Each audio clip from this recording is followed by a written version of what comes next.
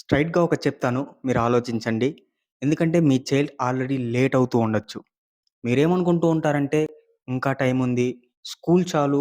ఒకవేళ స్కూల్ కాకపోతే అంతకు మించి అంటే ట్యూషన్‌కి పంపిద్దాం. ఇంకా యంగ్ ఏజే గదా! తర్వాత చూద్దామని అనుకుంటూ ఉంటారు. కానీ రియాలిటీ ఏంటంటే, వరల్డ్ ఎవ్వరి కోసం ఆగదు. ఆగదు గదా! ఏఐని యూజ్ చేస్తున్న స్టూడెంట్స్ ఏంటంటే ఫాస్ట్‌గా నేర్చుకుంటున్నారు. బెటర్‌గా థింక్ చేస్తున్నారు.